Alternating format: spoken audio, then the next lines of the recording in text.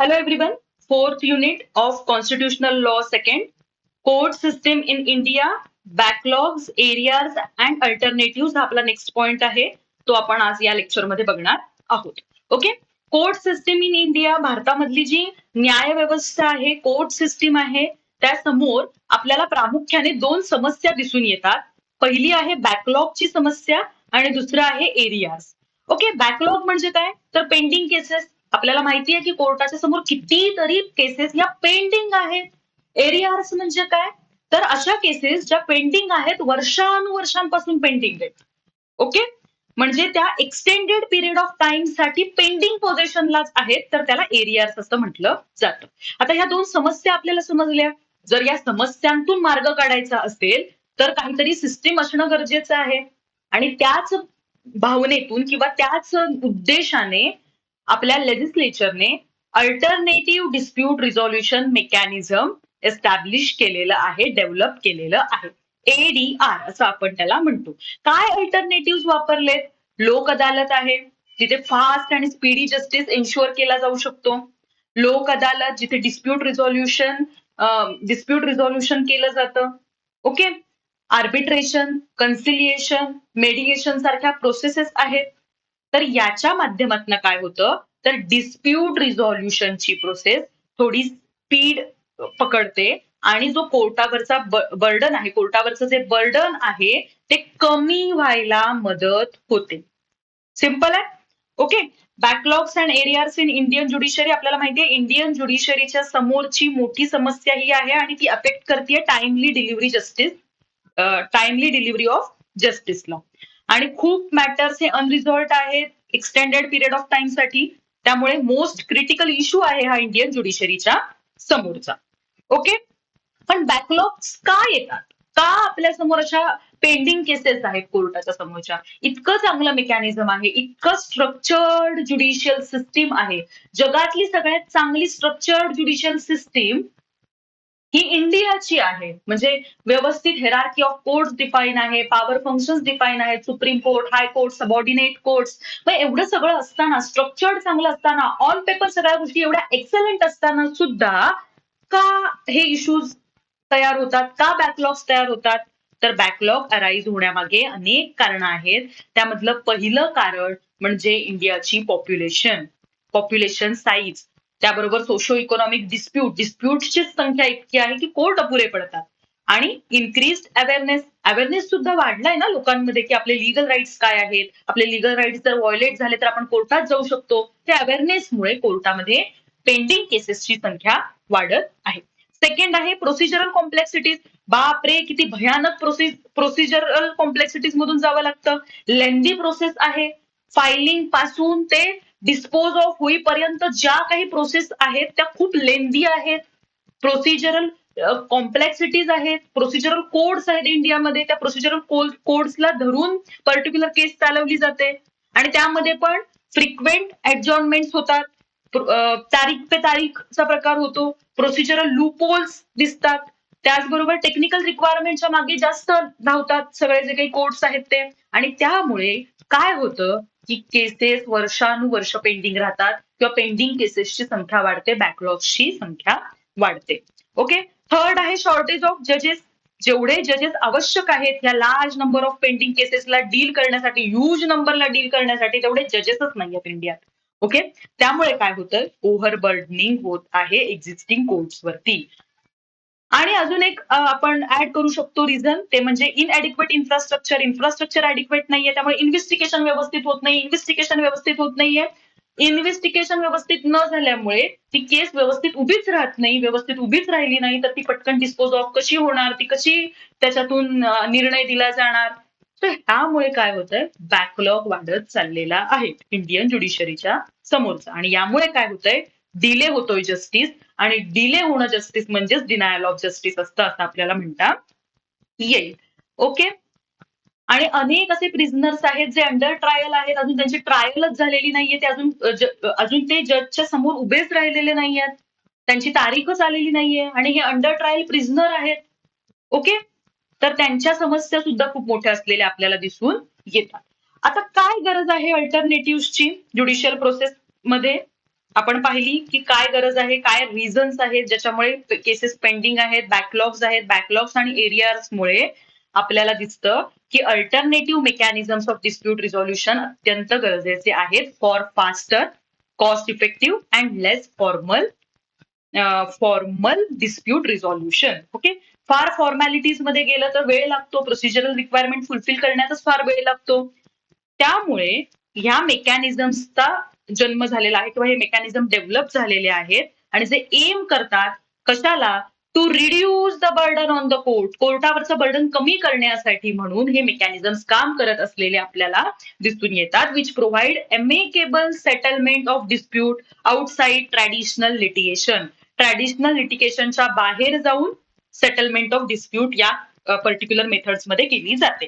कोणत्या कोणत्या मेथड्स आहेत आपण बघूयात. पहिलं तर लोक अदालत बघूयात, जी इंडियाचं स्पेशल फीचर आहे आपल्याला असं म्हणता येईल अल्टरनेटिव्ह डिस्प्यूट रिझॉल्युशनचं.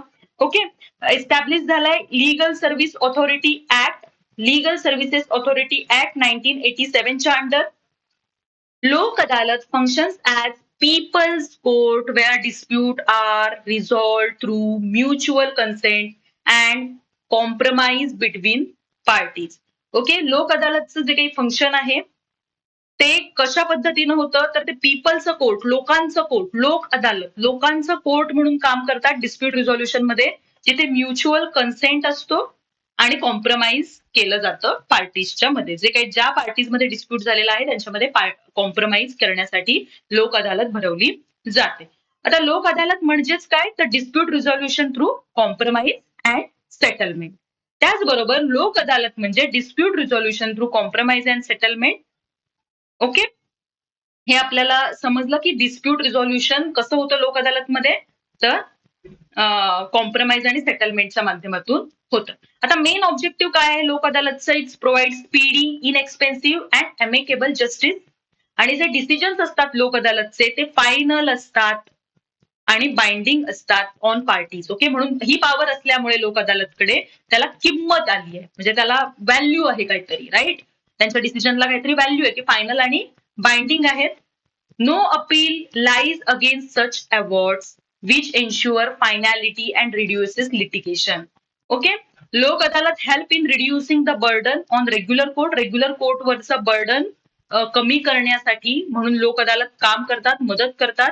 यामध्ये कोणत्या कोणत्या केसेस असतात, मोटर ऍक्सिडेंट क्लेम मोठ्या प्रमाणावर असतात, फॅमिली डिस्प्यूट, लेबर मॅटर्स आणि पीटी सिव्हिल डिस्प्यूट्स. एकदम छोटे छोटे जे डिस्प्यूट्स असतात ज्याच्यामध्ये सेटलमेंट होऊ शकते, कॉम्प्रोमाइज होऊ शकतं, तर तिथे लोक अदालत काम करताना आपल्याला दिसते आणि यामुळे काय होतं, जे कोर्ट्स आहेत त्यांच्यावरचं बर्डन कमी व्हायला मदत होते.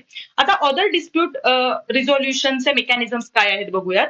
जसं की लोक अदालत आहे, पण लोक अदालत बरोबर अजूनही काही एडीआरच्या मेकॅनिझम्स आहेत, अल्टरनेट डिस्प्यूट रिझॉल्युशन आहे, जसं की arbitration. Arbitration is a private dispute resolution process. Okay, एक प्रायव्हेट प्रोसेस असते जिथे पार्टीज अग्री होतात की एक आर्बिट्रेटर आपण अपॉइंट करूया, whose decision is binding. Okay, दोन्ही पार्टीज ठरवतात की हा आपल्यामध्ये एक डिस्प्यूट झालेला आहे, तर तो डिस्प्यूट रिझॉल्व्ह करण्यासाठी म्हणून आपण काय करूयात, अपॉइंटमेंट ऑफ आर्बिट्रेटर करूयात. It is commonly use in commercial and contractual dispute. हे कशामध्ये कॉमनली वापरलं जातं, कमर्शियल आणि कॉन्ट्रॅक्च्युअल डिस्प्यूट्स मध्ये वापरलं जातं. बऱ्याच कॉन्ट्रॅक्टमध्ये ही टर्मच असते की आपण आर्बिट्रेटर घेणार आहोत, ऑलरेडी डिसाइडेड असतं की आपण आर्बिट्रेशनच्या माध्यमातून कॉन्ट्रॅक्च्युअल डिस्प्यूट रिझॉल्व्ह करूया. Okay, mediation. मीडिएशन म्हणजे काय, मध्यस्थी करण्याला मीडिएशन म्हणतात, right. Mediation involves a neutral third party. Mediation मध्ये न्यूट्रल थर्ड पार्टी असते, who facilitates negotiation between disputing parties to help them reach a mutually acceptable solution. एक neutral third party असते जी facilitate करते निगोसिएशनला डिस्प्युटिंग पार्टीजच्या मधल्या आणि एक mutual acceptable solution कडे घेऊन येते. ओके, हे नॉन बाइंडिंग असतं आणि हे थोडंसं अशा पद्धतीने होतं की हे तुम्हाला पटतंय का, ते तुम्हाला पटतंय का, आणि मग त्यातून एक मार्ग काढण्यासाठी ते असतं, पण ते काही बाइंडिंग नसतं, कुठल्याही एका व्यक्तीने दिलेला तो निर्णय नसतो. डायलॉगच्या माध्यमातून डिस्प्यूट रिझॉल्व्ह करा. आपण म्हणतो ना की चर्चेतना प्रश्न सुटतात, तर ही चर्चा घडवून आणण्याचं काम मेडिएटर करत असलेलं आपल्याला दिसून येतं. कन्सिलिएशन. कन्सिलिएशन is a similar to mediation but conciliator plays a more active role. Okay, mediation मधला जो रोल आहे मीडिएटरचा तो थोडासा कमी ऍक्टिव्ह आहे किंवा नॉन बाइंडिंग आहे आणि त्याचबरोबर असं कुठल्याही प्रकारचं सोल्युशन मेडिएटर देत नाही, तर तो डायलॉग घडवून आणतो आणि त्यातून डिस्प्यूट रिझोल्युशन करायला बघतात. तर कन्सिलिएशन मध्ये कन्सिलिएटर मात्र ऍक्टिव्ह रोल प्ले करतात इन सजेस्टिंग सोल्युशन सजेस्ट केले जातात टू रिझॉल्व्ह डिस्प्यूट. आता इम्पॉर्टन्स काय आहे अल्टरनेट डिस्प्यूट रिझोल्युशनचा, काय इम्पॉर्टन्स आहे? Highly significant in Indian context. इंडियाच्या कंटेक्स्ट मध्ये आपण जे दोन समस्या बघितल्या की बॅकलॉग्स खूप आहेत इंडियाच्या समोर आणि मग ह्या बॅकलॉग्स बरोबर किंवा पेंडिंग केसेस बरोबर डील करायचं असेल, कोर्टाचं बर्डन कमी करायचं असेल, स्पीडी जस्टिस एन्श्युअर करायचं असेल, प्रमोट करायचं असेल एमिकेबल सेटलमेंट ऑफ डिस्प्यूट, तर काय गरजेचं आहे? अल्टरनेटिव्ह डिस्प्यूट रिझोल्युशन मेकॅनिझम गरजेचं आहे. आणि हे कॉस्ट इफेक्टिव्ह असतं, लेस फॉर्मल असतं, त्यामुळे जस्टिस मिळतो आणि ऍक्सेसेबल असतं ordinary सिटीजन्सला. So this process also promotes social harmony and encouraging compromise rather than advisory legislation. Okay, compromise करण्याकडे भर असतो ऍडवायझरल लेजिस्लेशन पेक्षा. ओके, कॉम्प्रोमाइज करा, डिस्कशन करा, डायलॉग करा, त्यातून प्रश्न सोडवण्याचा प्रयत्न करा. यासाठी ह्या ज्या मेथड्स आहेत अल्टरनेटिव्ह डिस्प्यूट रिझोल्युशनच्या त्या वर्क करतात आणि त्यामुळे बर्डन ऑन कोर्ट सुद्धा कमी होतं. Backlogs and ARs remain one of the biggest challenge of Indian judiciary. However, introduction of alternative dispute resolution mechanisms such as Lok Adalat, arbitration, mediation, conciliation has provided effective solution to reduce judicial burden and improve access to justice. This mechanism complement the formal judicial system and plays a crucial role in achieving constitutional goal of speedy and effective justice. Speedy आणि effective जस्टिसचं जे आपलं constitutional गोल आहे तिथपर्यंत पोहोचण्यासाठी, ते achieve करण्यासाठी हे जे मेकॅनिझम आहे एडीआरचं ते आपल्याला हेल्प करताना दिसत आहे. ओके, नेक्स्ट पॉइंट आपला आहे आपल्या युनिट 4 मधला जजेस, appointments and conditions of service. Okay, म्हणजे ज्युडिशियल इंडिपेंडन्स. आता इंडिपेंडन्स का गरजेचं आहे? ज्युडिशरी इंडिपेंडंट असणं का गरजेचं आहे? कारण एक फंडामेंटल प्रिन्सिपल आहे कॉन्स्टिट्युशनल सिस्टीमचं, इंडियन कॉन्स्टिट्युशनल सिस्टीमचं, की जजेस जे काही परफॉर्म करतील ते विदाऊट इन्फ्लुएन्स और प्रेशर असलं पाहिजे. कुठल्याही प्रकारचा एक्झिक्युटिव्ह म्हणजे लॉ इम्प्लिमेंट करणाऱ्या ऑथॉरिटीकडून किंवा लॉ मेकिंग ऑथॉरिटीकडून कोणत्याही प्रकारचं प्रेशर जजेसवर असता कामा नये. बघा, अंडर प्रेशर जर जजेस काम करत असतील तर रिअल जस्टिस अचीव्ह होणार नाहीये. आणि फंडामेंटल राईट्सच्या प्रोटेक्शन मध्ये हे इसेन्शियल आहे. मेंटेनिंग रूल ऑफ लॉ मध्ये आणि एन्श्युअर इम्पार्शियल जस्टिससाठी हे इंडिपेंडन्स ऑफ ज्युडिशरी अत्यंत गरजेचं आहे. ज्युडिशरीला इंडिपेंडेंटली काम करता येणं हे अत्यंत गरजेचं आहे. सुप्रीम कोर्टानं ज्युडिशियल इंडिपेंडन्स म्हणजे न्यायालयाची जी स्वतंत्रता आहे, स्वातंत्र्य आहे, त्याला बेसिक स्ट्रक्चर ऑफ कॉन्स्टिट्यूशन म्हटलेलं आहे. Particularly in Kesavananda Bharati versus state of Kerala या केसमध्ये. Kesavananda Bharati versus state of Kerala या केसमध्ये बेसिक स्ट्रक्चर डॉक्ट्रिन देण्यात आलं होतं आणि त्यामध्ये ज्युडिशियल इंडिपेंडन्स हे सुद्धा बेसिक स्ट्रक्चर आहे असं कोर्टानं सांगितलेलं आहे, रिकॉग्नाइज्ड केलेलं आहे. thereby preventing parliament from altering its core features. Okay, आणि यातून काय होतं? पार्लमेंटला प्रिव्हेंट केलं जातं की कोर फीचर्सला म्हणजे जो मूळ गाभा आहे संविधानाचा, बेसिक स्ट्रक्चर आहे, त्याला अमेंड करता येत नाही. ओके, त्यामुळे ज्युडिशियल इंडिपेंडन्स हे जे फीचर आहे त्याला सुद्धा अमेंड करता येणार नाहीये पार्लमेंटला. ओके, कॉन्स्टिट्युशनल सेफगार्ड्स फॉर जजेस. जजेससाठी काय कॉन्स्टिट्युशनल सेफगार्ड्स आहेत की त्यांनी इम्पार्शियल जस्टिस द्यावा किंवा त्यांच्यावर कोणत्याही प्रकारचं प्रेशर नसावं, यासाठी काय कॉन्स्टिट्युशनल सेफगार्ड्स आहेत? पहिलं तर प्रिन्सिपल आहे सेपरेशन ऑफ ज्युडिशरीचं from executive under article 50. Okay, डीपीएसपीचा आर्टिकल आहे डायरेक्टिव्ह प्रिन्सिपल ऑफ स्टेट पॉलिसीमध्ये स्टेटला हे डायरेक्टिव्ह दिलेलं आहे की सेपरेट ठेवा ज्युडिशरीला फ्रॉम लेजिस्लेचर आणि एक्झिक्युटिव्ह ऑथॉरिटीज पासून. ओके, सिक्युरिटी ऑफ टेन्युअर आहे, टेन्युअर एकदम सिक्युअर आहे जजेसचं, meaning they cannot be easily remove from office, office मधून त्यांना रिमूव्ह इझिली करता येणार नाही. आणि रिगरस इम्पिचमेंटची प्रोसेस फॉलो केली जाते आर्टिकल 124(4) आणि 217 ह्या फॉर सुप्रीम कोर्ट जजेस 124 सबक्लॉज 4 आणि हायकोर्टच्या जजेससाठी 217 ही इम्पिचमेंटची एक रिगरस प्रोसेस यामध्ये दिलेली आहे आणि त्यातून स्पेशल मेजॉरिटी लागते पार्लमेंटची आणि त्यामधूनच जजेसचं रिमूव्हल केलं जातं. ही इझी प्रोसेस नाहीये, त्यामुळे जजेस प्रोटेक्टेड आहेत from arbitrary dismissal and can decide cases without fear and pressure. कोणत्याही फिअर आणि प्रेशर खाली न राहता जजेस आपल्या समोर आलेल्या केसेस डिसाइड करू शकतात because of security of tenure. पहिला आपण बघितलं separation of judiciary from executive, दुसरं आहे सिक्युरिटी ऑफ टेन्युअर, थर्ड आहे फायनान्शियल सिक्युरिटी, जी सॅलरी आहे, अलाउन्सेस आहेत आणि पेन्शन्स आहेत जजेसच्या, त्या कन्सॉलिडेटेड फंड्स मधून दिल्या जातात आणि त्या कधीही कमी करता येऊ शकत नाहीत पार्लमेंटला आणि their conditions of service cannot be altered to their disadvantage. डिसएडव्हान्टेजला नेता येत नाही, म्हणजे कमी नाही करता येणार प्रिव्हिलेजेस आणि सॅलरीज, वाढवायच्या असतील, ऍडव्हान्टेजेस पोझिशनला जर जजेस पोहोचणार असतील तर ते अलाउड आहे ड्युरिंग देअर टेन्युअर मध्ये एन्शुरिंग इकॉनॉमिक इंडिपेंडन्स फ्रॉम एक्झिक्युटिव्ह. एक्झिक्युटिव्हचा कुठल्याही प्रकारचा रोल नाहीये, कारण कन्सॉलिडेशन फंड मधूनच जजेसच्या सॅलरीज दिल्या जातात. ओके, फायनान्शियल सिक्युरिटी झाली. त्यानंतर फोर्थ आहे लेजिस्लेटिव्ह इंटरफेरन्स. लेजिस्लेटिव्ह इंटरफेरन्सला रिस्ट्रिक्ट केलं जातं by prohibiting discussions in parliament regarding conduct of जजेस. कोणत्याही जजचं कंडक्ट पार्लमेंटमध्ये डिस्कस केलं जाऊ शकत नाही एक्सेप्ट इम्पिचमेंटची प्रोसेस, कारण इम्पिचमेंटच्या प्रोसेसमध्ये स्पेशल मेजॉरिटी लागणार आहे. ते मेजॉरिटी मिळवायची किंवा मेजॉरिटीसाठी ते मांडायचं, तर त्या जजेसचं कंडक्ट आपल्याला डिस्कस करणं भाग आहे पार्लमेंटला. पण अदरवाईज कोणत्याही जजचं कंडक्ट लेजिस्लेचरमध्ये पार्लमेंटमध्ये डिस्कस केलं जात नाही. लेजिस्लेटिव्ह इंटरफेरन्सला रिस्ट्रिक्ट केलं जातं. Okay, court of record with contempt powered high courts and supreme courts and high courts are contempt of court of record with contempt power. Okay, court of record म्हणजे काय, तर supreme कोर्टाने जे काही दिलेले डिसिजन्स आहेत ते हायकोर्ट आणि सबऑर्डिनेट कोर्ट्सला लागू होतात, ते वापरले जातात आणि ते लॉ म्हणूनच काम करतात, बेसिकली प्रेसिडेंट सेट करतात. आणि हायकोर्टाने दिलेले डिसिजन्स हे त्या पर्टिक्युलर स्टेटच्या सबऑर्डिनेट कोर्ट्सला लागू होतात किंवा ते प्रेसिडेंट म्हणून काम करतात.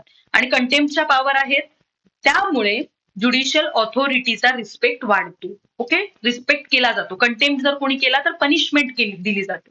तो लेजिस्लेटिव्ह इंटरफेरन्स हे एक अजून आपल्याला काय दिसून येतं, कॉन्स्टिट्युशनल सेफगार्ड दिसून येतं. पहिलं आपण बघितलं सेपरेशन ऑफ ज्युडिशरी, दुसरं सिक्युरिटी ऑफ टेन्युअर, तिसरं फायनान्शियल सिक्युरिटी, चौथं legislative restriction on legislative interference आणि पाचवं आहे extend judicial jurisdiction but cannot curtail the essential power of the Supreme Court. Parliament जे आहे ते ज्युडिशियल जे ज्युरिस्डिक्शन आहे ते वाढवू शकतं, बट कॅनॉट कर्टेल कमी करू शकत नाही.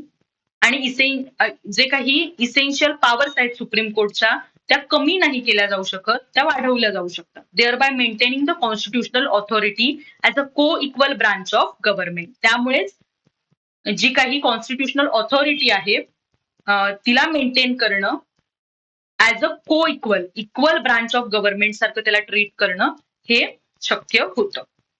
ओके, आता judicial appointments, evolution of judicial independence. Judicial appointments मधूनच एक ज्युडिशियल इंडिपेंडन्सचं इव्हॉल्युशन आणि केसेस आपल्या समोर आल्या. जजेसच्या ट्रान्सफरच्या आणि अपॉइंटमेंटच्या या केसेस आहेत आणि यामध्ये एक which has evolved significantly through judicial interpretation. Judicial interpretation मधून हे ज्युडिशियल इंडिपेंडन्स आपल्याला इव्हॉल्व झालेलं दिसून येतं. फर्स्ट जज केस आहे ST. Gupta versus union of India. In this case supreme court held that consultation with Chief Justice of India does not mean concurrence, thereby giving primacy to executive in judicial appointments. Okay, consultation करायचं असतं, chief justice of India बरोबर जेव्हा जजेस appoint केले जातात. पण इथे सांगण्यात आलं की कन्सल्टेशन म्हणजे कन्करन्स नाही, त्यामुळे एक्झिक्युटिव्हला अप्पर हँड मिळाला, इथे प्रिमिसी मिळाली. in judicial appointments. Okay, the court justify this on the basis that the executive is democratically accountable. आणि यातून हे सांगितलं की एक्झिक्युटिव्ह डेमोक्रेटिकली अकाउंटेबल आहे. However this decision was widely criticise as it increase political influence over judicial appointment. म्हणजे chief ही जी काही ज्युडिशियल अपॉइंटमेंट आहे तिथे पॉलिटिकल इन्फ्लुएन्स जास्त दिसून आला आणि तो वाढवला गेला, वाईड रेंज मिळाली, त्यामुळे क्रिटिसाइज सुद्धा झालं. अँड विकन ज्युडिशियल इंडिपेंडन्स, ज्युडिशियल इंडिपेंडन्सला विकन केलं म्हणून ह्या केसला क्रिटिसाइज सुद्धा केलं जातं. SP. Gupta versus union of India ची केस.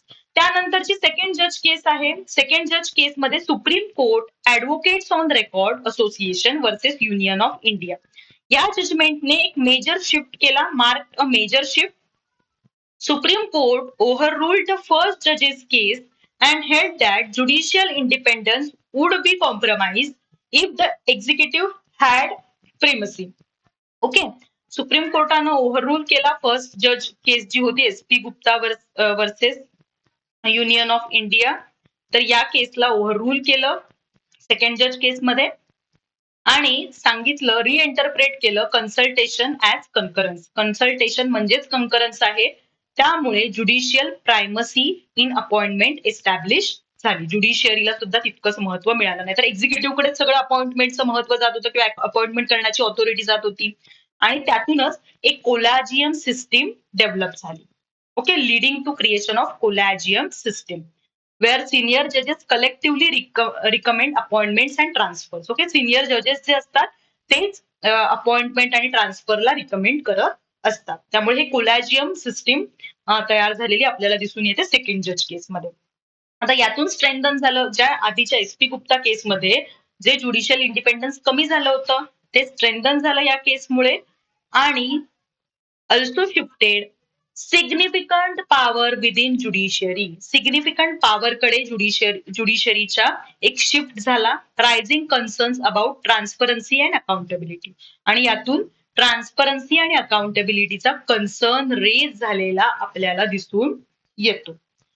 आता थर्ड जज केस काय होती? In re presidential reference case 1998. या केसमध्ये this case further institutionalised the collegium system. अजून ह्याला या केसने कोलॅजियम सिस्टीमला इन्स्टिट्यूशनलाइज केलं आणि court held that chief justice of India must consult a collegium of 4 senior most जजेस. 4 सिनियर मोस्ट जजेस बरोबर चीफ जस्टिस ऑफ इंडियानं काय केलं पाहिजे? कन्सल्ट केलं पाहिजे कुठलंही रिकमेंडेशन बनवण्याच्या आधी. त्यामुळे एक इन्स्टिट्यूशनलाइज कोलॅजियम सिस्टीम इथे दिसायला लागली. त्यामुळे इथे कलेक्टिव्ह डिसिजन मेकिंग हायलाइट झाली आणि आर्बिट्ररीनेस काय झाला? कमी झाला, रिड्यूस झाला.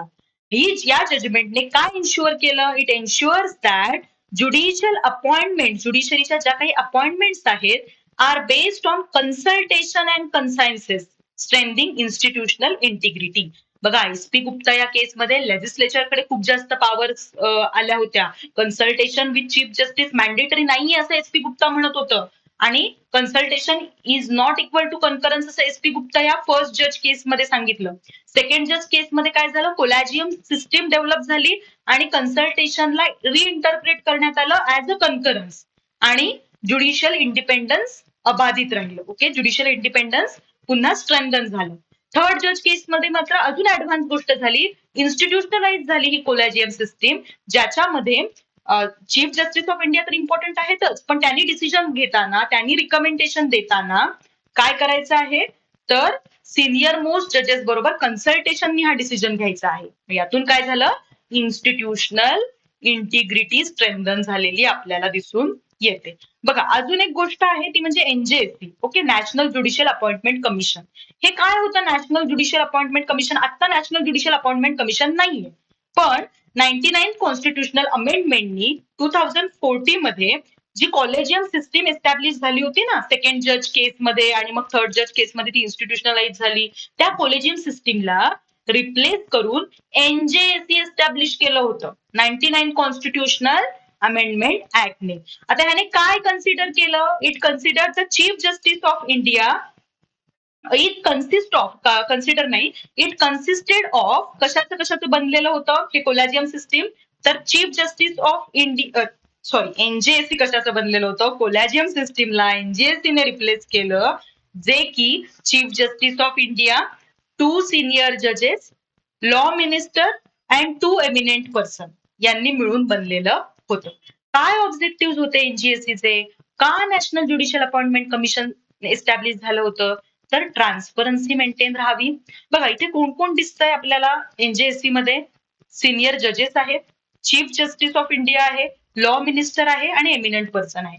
इथे कुठेही लेजिस्लेचर नाहीये, त्यामुळे लेजिस्लेचरचा जो काही कंट्रोल आहे म्हणजे एक्स्ट्रीम इंडिपेंडन्स कडे घेऊन जाणारं, ट्रान्सपरन्सी, अकाउंटेबिलिटी आणि ब्रॉडर पार्टिसिपेशन याला जोडणारी ही सिस्टीम होती ज्युडिशियल अपॉइंटमेंट्स मध्ये. या सगळ्या गोष्टी हायलाइट होत होत्या एनजीएससीच्या माध्यमातून.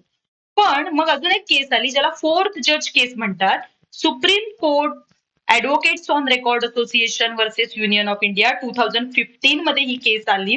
बघा 2014 मध्ये एनजीएससी एस्टॅब्लिश झालंय आणि 2014 मध्ये ही केस आलेली आहे, ज्याच्यामध्ये सुप्रीम कोर्टाने स्टक डाऊन केलं एनजीएससी ऍज अनकॉन्स्टिट्युशनल. एनजीएससीला अनकॉन्स्टिट्युशनल ठरवलं. अशा प्रकारचं नॅशनल ज्युडिशियल अपॉइंटमेंट कमिशन असणं हे अनकॉन्स्टिट्युशनल आहे असं सुप्रीम कोर्ट म्हणालं.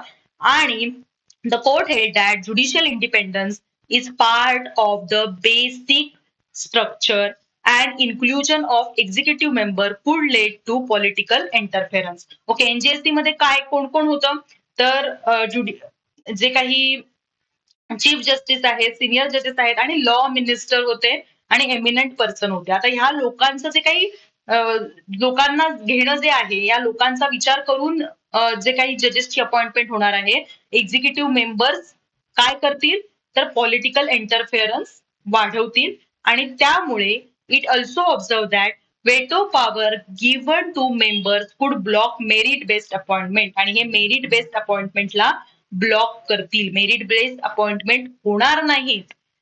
त्यामुळे एनजीएससीला सुप्रीम कोर्टानं स्टक डाऊन केलं. Thus the court resolved the collegium system, reaffirming judicial primacy in appointment. त्यामुळे आता सध्या कशा पद्धतीने जजेसची अपॉइंटमेंट होतीये तर ती कोलॅजियम सिस्टीमच्या पद्धतीने होत आहे. सर्व्हिसच्या कंडिशन्स काय आहेत जजेसच्या? The conditions of service of judges are designed to ensure independence and security. Independence आणि सिक्युरिटी आहे, फिक्स टेन्युअर आहे, आपण बघितलं, सॅलरीज आणि अलाउन्सेस आर फिक्स आहेत आणि कन्सोलिडेटेड फंड मधून ते दिले जातात आणि ते वाढवले जाऊ शकतात. म्हणजे ऍडव्हान्टेजियस पोझिशनला जजेसला नेलं जाऊ शकतं, पण डिसएडव्हान्टेजियस पोझिशनला आणता येत नाही. पोस्ट रिटायरमेंट अपॉइंटमेंटला मात्र काय आहे, जे काही concerns have rise regarding post retirement appointment, तर जजेस to government position, commission and tribunals, such appointments may create a perception of bias. Okay, bias आणि एक्सपेक्टेशन ऑफ फेवर वगैरे तयार होऊ शकतं. जर पोस्ट, आता बघा एखादा जजेस रिटायर झालेत सुप्रीम कोर्टामधून आणि जर त्यांची अपॉइंटमेंट किंवा त्यांनी जर प्रॅक्टिस जरी सुरू केली तरी सुद्धा किती त्यांचा बायस्ड आणि एक्सेप्शन ऑफ फेवर वगैरे तयार होऊ शकतं. आणि जिथे गव्हर्नमेंट लिटिगेंट आहे तिथे सुद्धा या गोष्टी आपल्याला जास्त बायस्ड होताना दिसतील. So this raises the question about judicial neutrality and institutional integrity. Challenges to judicial independence. Okay, आता एवढे सगळे स्ट्रॉंग कॉन्स्टिट्युशनल सेफगार्ड्स आहेत तरी सुद्धा काही चॅलेंजेस आहेत, जसं की कॉन्ट्रोवर्सीज आहेत ज्युडिशियल अपॉइंटमेंटच्या संदर्भात. आपण 3 जजेसच्या केसेस बघितल्या आणि लॅक ऑफ ट्रान्सपरन्सी आहे कोलॅजियम सिस्टीम मध्ये आणि डिबेट आहे अकाउंटेबिलिटी मेकॅनिझम्सचा. आता एनजीएससी सारखे जे प्रपोजल्स होते have been discuss to improve accountability. कशासाठी आणलं होतं एनजीएससी? अकाउंटेबिलिटी इम्प्रूव्ह होईल, पण त्याच्यामुळे पॉलिटिकल एक्झिक्युटिव्हचा पोटेन्शियल एक्झिक्युटिव्ह इंटरफेरन्स वाढला. ओके, त्यामुळे त्याला स्ट्रक डाऊन करावं लागलं. आता दुसरा चॅलेंज आहे ते म्हणजे judicial efficiency, delays in justice delivery, backlog of cases and procedural in efficiencies indirectly affect public confidence in judiciary and may impact perception of independence. Okay, आता हे जे काही डिले आहे, बॅकलॉग आहे, प्रोसिजरल इनइफिशियन्सीज आहेत, तो पब्लिकचा कॉन्फिडन्स ज्युडिशरीवरचा कमी होतोय या सगळ्यामुळे आणि हे आपल्याला चॅलेंज म्हणून बघता येईल किंवा हे आपल्याला ज्युडिशियल इंडिपेंडन्सच्या समोरचं चॅलेंज आहे असं म्हणता येईल. जजेसच्या ह्या सगळ्या केसेस मेन्शन करायचं चॅलेंज ऑफ ज्युडिशियल इंडिपेंडन्स म्हटल्यानंतर, आणि जी काही ज्युडिशियल इफिशियन्सीसाठी जे चॅलेंज आहे ते म्हणजे डिले इन जस्टिस डिलिव्हरी हे आहे. आता इंडिपेंडन्स ऑफ जजेस in India constitutionally protected through safeguards regarding appointment, tenure and condition of services. Okay. आणि त्यामुळेच ज्युडिशियल इंटरप्रिटेशनचा जो काही रोल आहे तो क्रुशियल आहे इंडिपेंडन्स स्ट्रेंथन करण्यामध्ये आणि कोलेजियम सिस्टीम आणि रिजेक्शन ऑफ एनजेएससी. आता नेक्स्ट पॉइंट आपला आहे तो म्हणजे सबऑर्डिनेट ज्युडिशरी हा आहे. Subordinate judiciary, jurisdiction of supreme court and high court, advisory jurisdiction of supreme court and public interest litigation. आपण क्विकली बघूयात काय असतं सबऑर्डिनेट ज्युडिशरी.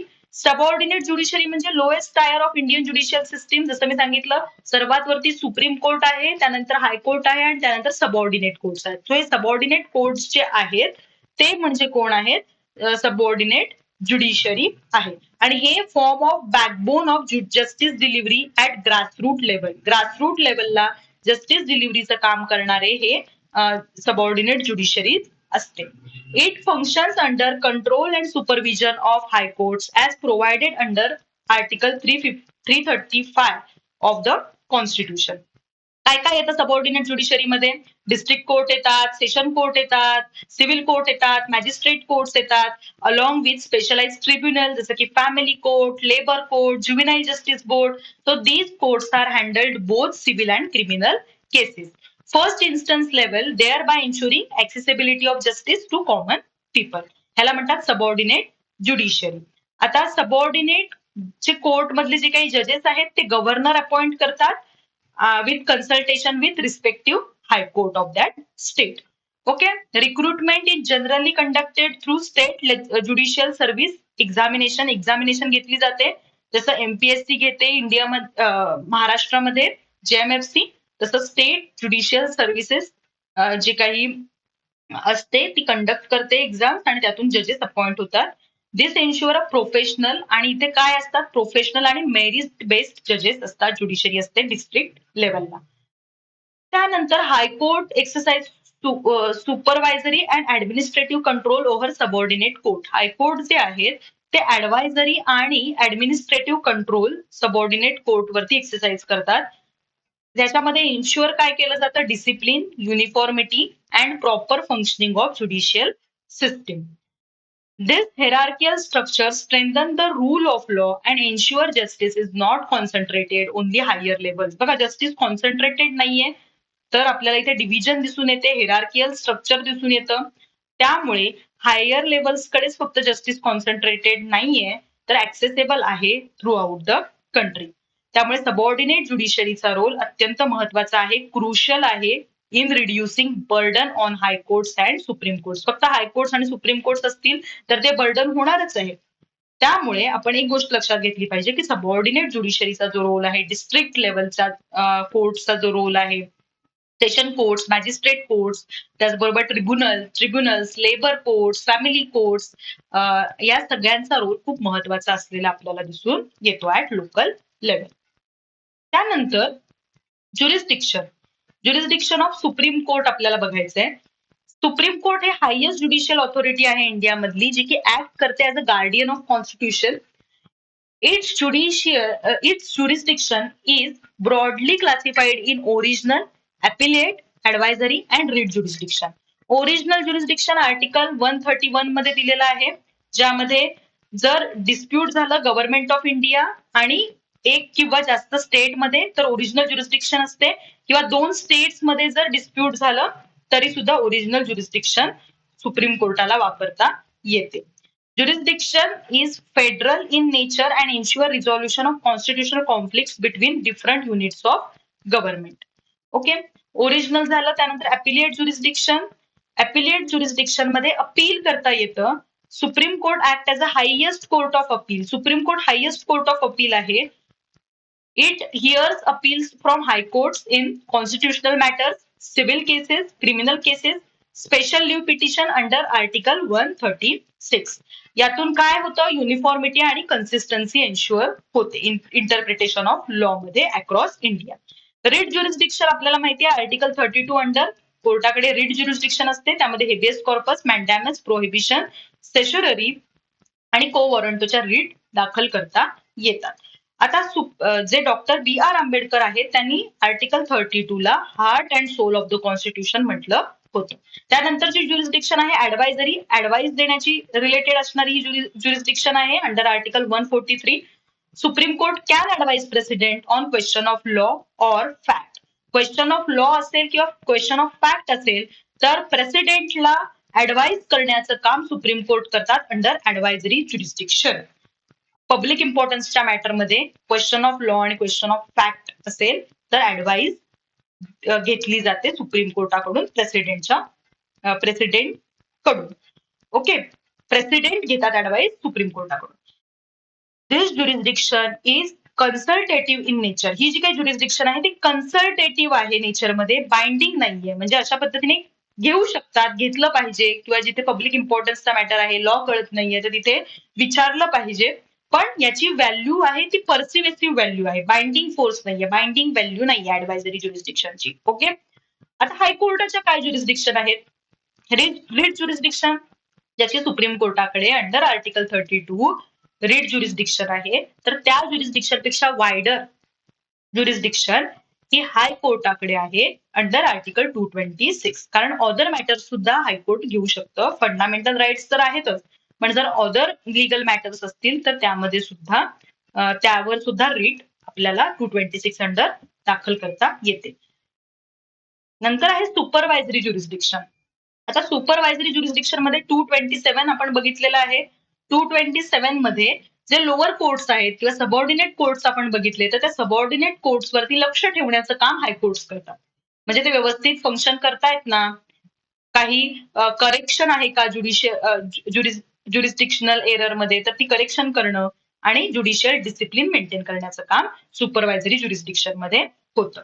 त्यानंतर ओरिजिनल ज्युरिस्डिक्शन, हायकोर्ट्सकडे पण ओरिजिनल ज्युरिस्डिक्शन आहे in certain matters such as constitutional cases in some state मधली जी काही कॉन्स्टिट्युशनल केस असेल त्याच्यावर ओरिजिनल ज्युरिस्डिक्शन असू शकते. Admiralty and company law cases, company लॉच्या संदर्भातल्या ज्या काही केसेस असतील तिथे सुद्धा ओरिजिनल ज्युरिस्डिक्शन असते. Election disputes in certain cases सुद्धा ओरिजिनल ज्युरिस्डिक्शनच्या माध्यमातून सॉल्व्ह केले जातात. त्यानंतर आहे अपिलिएट ज्युरिस्डिक्शन. आता हायकोर्टाची अपिलिएट ज्युरिस्डिक्शन काय असते तर हायकोर्ट हे अपील्स हिअर करतं फ्रॉम डिस्ट्रिक्ट आणि सबऑर्डिनेट कोर्ट्स. सिव्हिल आणि क्रिमिनल दोन्ही मॅटर्स मध्ये हे अपिलिएट ज्युरिस्डिक्शन असतं. This ensure two tier correction mechanism within the state judiciary. Okay, two टायरचं करेक्शन मेकॅनिझम इथे एन्श्युअर होतं हायकोर्टाकडे अपिलिएट ज्युरिस्डिक्शन असल्यामुळे. आता advisory jurisdiction of supreme court 143 under advisory jurisdiction आपण बघितली आहे की ज्यामध्ये काय होतं की प्रेसिडेंटला ऍडवाइज करू शकतं सुप्रीम कोर्ट जर एखादा मॅटर असेल जो की जिथे क्वेश्चन ऑफ लॉ आणि क्वेश्चन ऑफ फॅक्ट असेल जो पब्लिक इम्पॉर्टन्सचा असेल. ओके, नंतर आहे public interest litigation, PIL. PIL काय असतं? PIL हे एक सिग्निफिकंट ज्युडिशियल इनोव्हेशन आहे जे की डेव्हलप झालंय इंडियन ज्युडिशियरी कडून to ensure access to justice for all, especially for weaker and marginalize sections of society. Okay, ज्यांना स्वतःचा व्हॉइस नाहीये, जे स्वतःची केस मांडू शकत नाहीये. बघा, जे डिस्प्युटेड पार्टी असतात त्यांनीच कोर्टात जाणं अपेक्षित असतं, ज्याच्यावर अन्याय झालाय त्याने कोर्टात जाणं अपेक्षित असतं. पण ती जर अन्याय झालेली पार्टी ही वल्नरेबल असेल, तिला स्वतःचा व्हॉइस नसेल, चाइल्ड असेल, वुमन असेल की जी पुढे येऊन आपली केस लढू शकत नाहीये, तर तिच्या वतीनं जी लिटिगेशन फाईल केली जाते किंवा एखाद्या समुदायाच्या वतीनं एज्युकेशनल राईट्ससाठी किंवा एन्व्हायरमेंटल राईट्ससाठी जे लिटिगेशन केलं जातं त्याला पब्लिक इंटरेस्ट लिटिगेशन असं म्हणतात, PIL असं म्हटलं जातं. It represents a shift from traditional advisory system to more welfare oriented and socially responsible judicial approach. Okay, हे काय करतं? शिफ्ट दाखवतं की ट्रॅडिशनल सिस्टीम आहे जिथे supreme court, high court, subordinate court हे काय करतात की ऍडवायझरल सिस्टीम फॉलो करतात की ज्यांच्या डिस्प्यूट झालेला आहे तो डिस्प्यूट सॉल्व्ह करण्याचं काम करतात.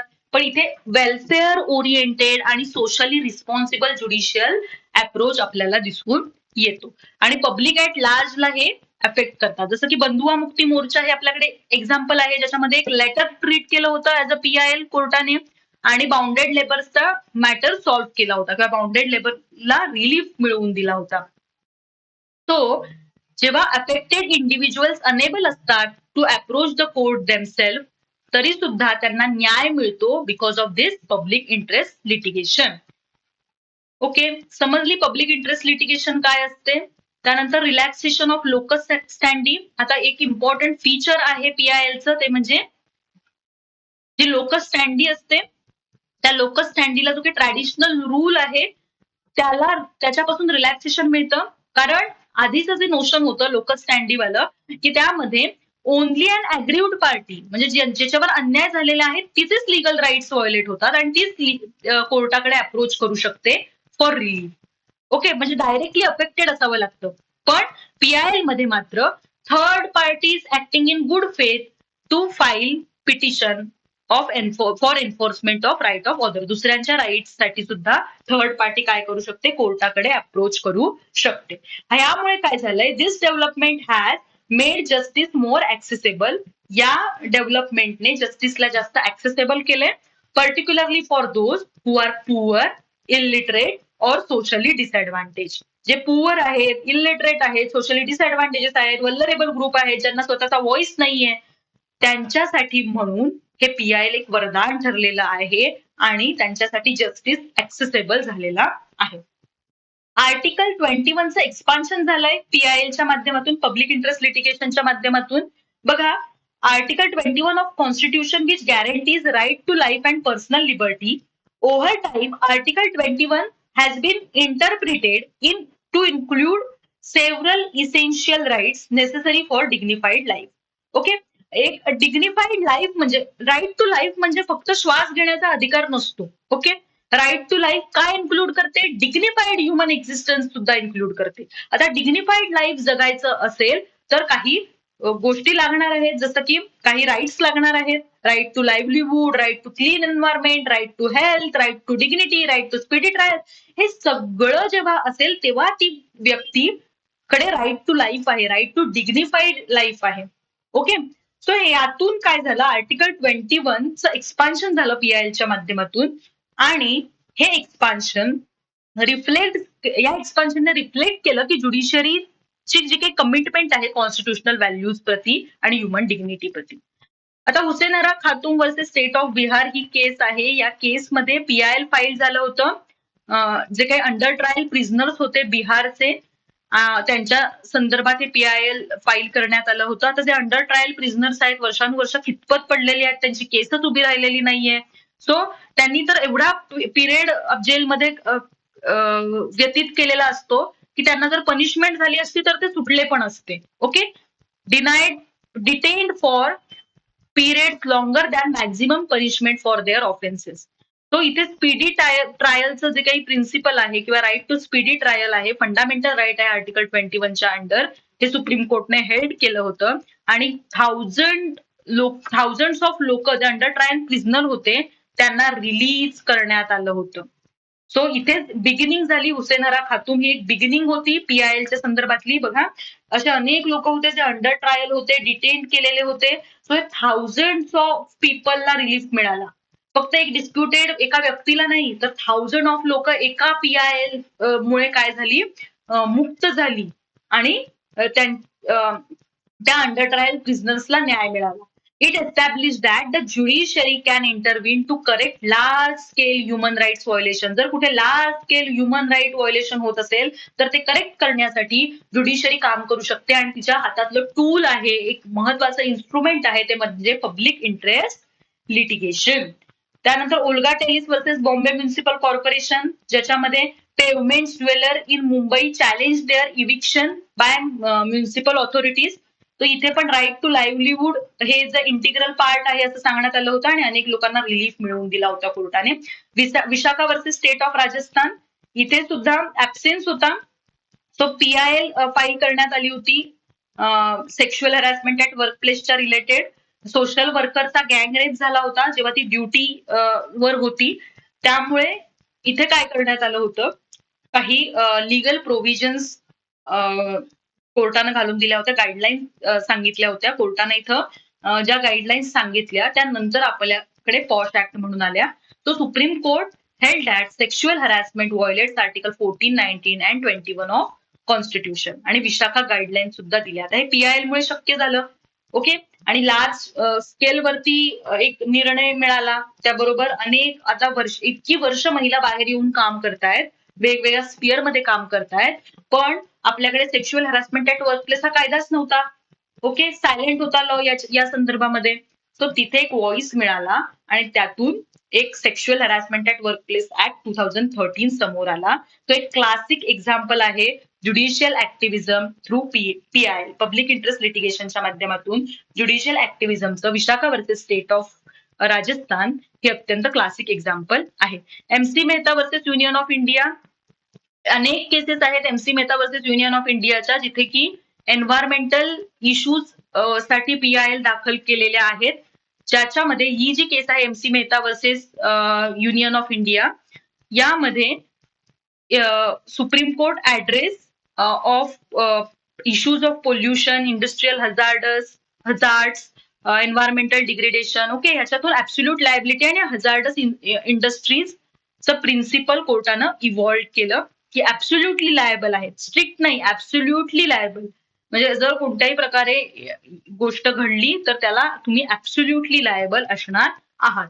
It also recognise right to clean environment. Right to clean एन्व्हायरमेंटला आर्टिकल 21 चा पार्ट म्हणून स्वीकारण्यात आलं. खूप PIL MC मेहता यांनी दाखल केल्या ज्या की एन्व्हायरमेंट प्रोटेक्शनच्या रिलेटेड आहेत, विच आर व्हेरी इम्पॉर्टंट, आणि ज्यांनी आर्टिकल 21 ला सुद्धा मोठ्या प्रमाणावर शेप केलेलं आहे. PILचं काय इम्पॉर्टन्स आहे? PIL, public interest litigation, has made judiciary more responsive and participatory. Responsive आणि पार्टिसिपेटरी बनवलेलं आहे. जस्टिस मिळत आहे, ऍक्सेस झालेला आहे. बघा, ज्यांच्याकडे व्हॉइस नाहीये त्या व्हॉइसलेस माणसांना सुद्धा न्याय मिळत आहे बिकॉज ऑफ PIL. क्रिटिसिझम काय आहे? मिसयूज होऊ शकतो किंवा अब्युज होऊ शकतो. पॉलिटिकल पर्सनल इंटरेस्टसाठी खूप फेम मिळते, खूप लोक ओळखायला लागतात वगैरे, असे पर्सनल इंटरेस्ट असू शकतात. त्यामुळे जेन्युअन पब्लिक कन्सर्न्स नसताना सुद्धा PIL दाखल केल्या जाऊ शकतात. आणि अजून एक ज्युडिशियल ओव्हररीच होऊ शकतो. पॉलिसी मेकिंगच्या डोमेनमध्ये कोर्ट्स इंटरफेअर करायला लागू शकतात. आणि लेजिस्लेचर आणि एक्झिक्युटिव्हचे जे फंक्शन्स आहेत ट्रॅडिशनली पॉलिसी मेकिंगचे, त्यामध्ये इंटरफेरन्स वाढू शकतो ज्युडिशरीचा. आणि बर्डन ऑन कोर्ट सुद्धा PIL मुळे वाढू शकतात. पब्लिक इंटरेस्ट लिटिगेशन एक पॉवरफुल टूल आहे ज्युडिशियल ऍक्टिव्हिझमचं. ओके. हे आपल्याला समजलं. आपण केसेस पण बघितल्या की कशा पद्धतीने आर्टिकल 21 थ्रू अनेक लोकांना, म्हणजे 21 चा स्कोप वाढवला गेला की PILच्या माध्यमातून, आणि त्यातून अनेक लोकांना रिलीफ सुद्धा मिळालेला आपल्याला दिसून येतो. त्यामुळे PIL हे खूप इम्पॉर्टंट इन्स्ट्रुमेंट आहे. It strengthens democracy and upholds constitutional promise of justice, equality and dignity for all. Indian judicial system is well structured, hierarchical. Okay, Supreme Court, High Court, subordinate courts, एकदम hierarchical system आहे to ensure justice from lowest court to Supreme Court. The subordinate judiciary ensures access to justice at grassroots level. जी subordinate judiciary आहे, district court, त्याबरोबर magistrate court किंवा आपले जे काही tribunals आहेत, तो हे ग्रासरूट लेवलला जस्टिस एन्श्युअर करतात. While supreme court and high court safeguard constitutional values through wide jurisdictional powers. Okay. Article 32, 226, 227 supreme court आणि हायकोर्ट्सकडे मोठ्या प्रमाणावर पॉवर्स आहेत. त्याचबरोबर ज्युरिस्डिक्शन सुद्धा आहे, ऍडवायझरी ज्युरिस्डिक्शन आहे, ओरिजिनल ज्युरिस्डिक्शन आहे. दोन्ही कोर्ट्सकडे ऍडवाइज करू शकतात ते, आणि याच्यातून कॉन्स्टिट्युशनल क्लॅरिटी प्रमोट होते. पब्लिक इंटरेस्ट लिटिगेशनने तर पूर्ण शिफ्टच केलेला आहे ज्युडिशियल प्रोसेसला, आणि एक मोर ऍक्सेसिबल लोकांच्या कल्याणासाठी म्हणून कार्यरत असणारी अशी इन्स्टिट्यूट बनवलंय ज्युडिशरीला. And transfer judiciary to instrument of social justice and constitutional governance. Social change, social justice, social order maintain करण्यामध्ये ज्युडिशियरीला आणि ज्युडिशियल प्रोसेसला एक इम्पॉर्टंट लेवलला नेऊन ठेवलेला आहे पब्लिक इंटरेस्ट लिटिगेशनने. ओके, हे होतं आपलं फोर्थ मॉड्यूल. फोर्थ मॉड्यूल आपण इथे कम्प्लीट केलेलं आहे. या आधीच्या लेक्चरमध्ये आपण judicial process under the constitution बघितलं होतं, नेचर ऑफ ज्युडिशियल रिव्ह्यू बघितलं होतं, आणि या लेक्चरमध्ये आपण कोर्ट सिस्टीम इन इंडिया, जजेस अपॉइंटमेंट आणि subordinate judiciary, jurisdiction of supreme court, high court, advisory jurisdiction, supreme court, public interest litigation, हे सगळं बघितलंय. ओके, आय होप तुम्हाला हे फोर्थ जे युनिट होतं independence of judiciary and judicial process ते क्लिअर झालं असेल. ज्युडिशियल प्रोसेस कशाला म्हणायचं, इंडिपेंडन्स ऑफ ज्युडिशरी काय असतं, हे इथे क्लिअर झालेलं असेल. ओके, आपण आता नेक्स्ट क्लासमध्ये पुढचं मॉड्यूल किंवा दुसरं मॉड्यूल बघूयात आपल्या सिलेबस मधलं कॉन्स्टिट्युशनल लॉ सेकंडचं. थँक्यू.